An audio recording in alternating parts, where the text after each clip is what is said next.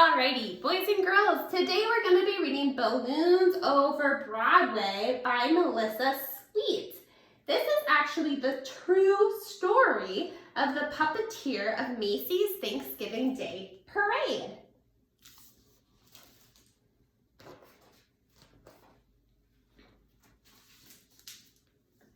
From the time he was a little boy, Tony Sard loved to figure out how to make things move. He once said he became a marionette man when he was only 6 years old. His father asked him to feed their chickens at 6:30 in the morning every day. Tony had an idea. What if he could feed the chickens without leaving his bed? He rigged up some pulleys and ran rope from the chicken coop door to his bedroom window. That night, he spread chicken feed outside the chicken coop door. The next morning, Tony pulled on the rope and the door to the chicken coop opened. The chickens ate their breakfast and Tony stayed snug in his bed, and his dad, so impressed, never made Tony do another chore.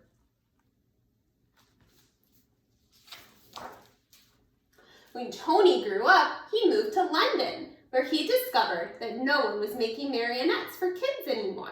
So out of wood, cloth, and string, Tony began to make puppets. He figured out ways to make his marionettes' movements so lifelike that they performed as if they were real actors. Word soon spread about Tony's amazing marionettes. When Tony moved to New York City, the Tony Sard marionettes began performing on Broadway.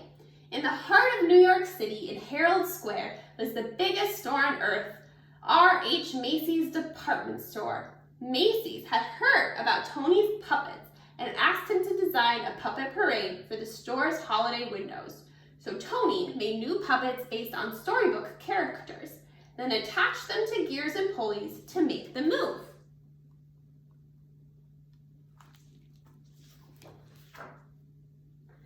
In Macy's Wondertown windows, Tony's mechanical marionettes danced across the stage as if by magic. All day long, they performed to shoppers, jostling for a better look. But Macy's had an even bigger job in store for Tony. Many of the people working at Macy's were immigrants, and as the holidays approached, they missed their own holiday traditions of music and dancing in the streets. Macy agreed to put on a parade for their employees, and they hired Tony to help. Tony, too, was an immigrant, so he loved the idea of creating a parade based on street carnivals from all over the world. He made costumes and built horse-drawn floats, and Macy's even arranged to bring in bears, elephants, and camels from the Central Park Zoo.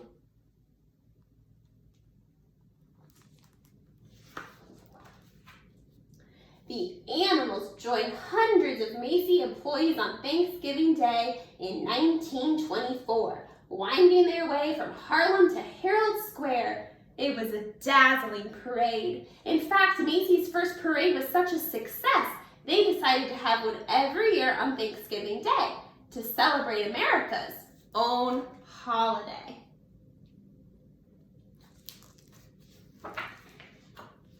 Each year, the parade grew, but when Macy's brought in lions and tigers, in addition to bears, elephants, and camels, the animals roared and growled and frightened the children.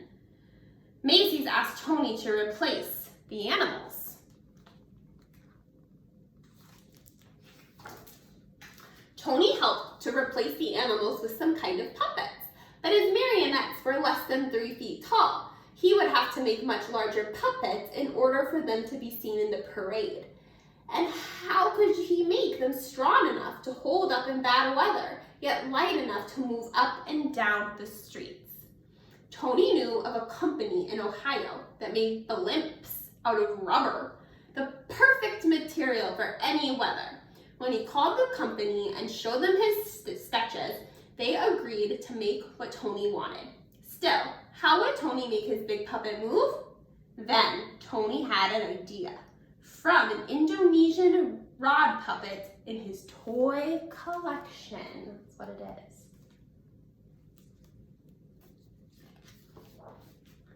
On Thanksgiving Day, Tony's creatures, some as high as 16 feet, spilled into the streets and the crowds cheered wildly. Part puppet, part balloon, the air-filled rubber bags wobbled down the avenues, propped up by wooden sticks.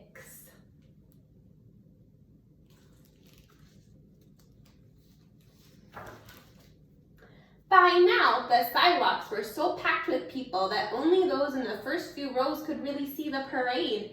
Tony realized his puppets would have to be even bigger and higher off the ground. And though the sticks helped to steer the puppets, they were stiff and heavy. Tony wanted his balloons to articulate, to move and gesture, more like puppets. But how? With a marionette, the controls are above and the puppets hang down.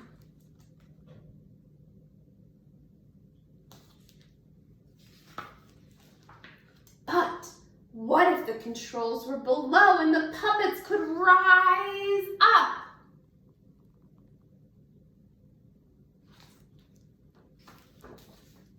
During the next year, Tony set his new idea into motion.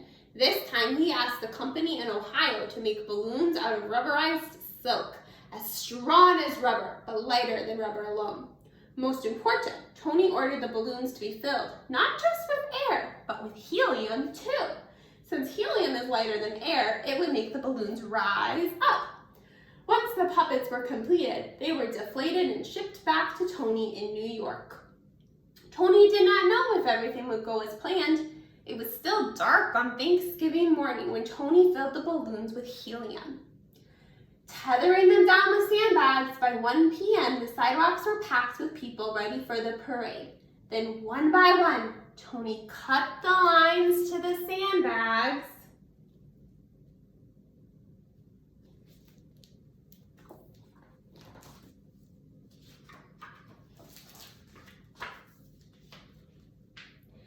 And the magnificent upside-down marionettes rose up to the sky.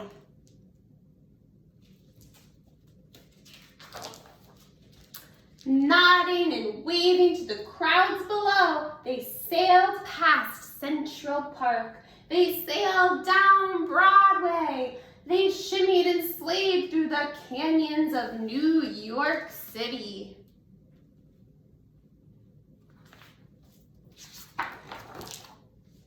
High above the crowds, they flounced in the afternoon wind, pulling the rope handlers this way and that.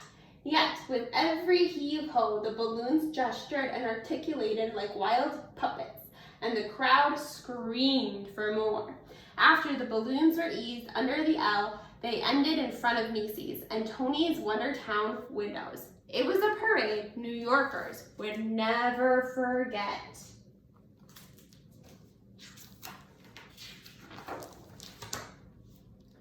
And from that day on, every Thanksgiving morning, crowds have lined the sidewalks of New York City to see what new balloons would rise to the skies of Macy's famous parades. Tony Sarg, the puppeteer who loved to figure out how to make things move, had set the stage with a little rigging from a puppet that could be anything anyone could imagine it to be.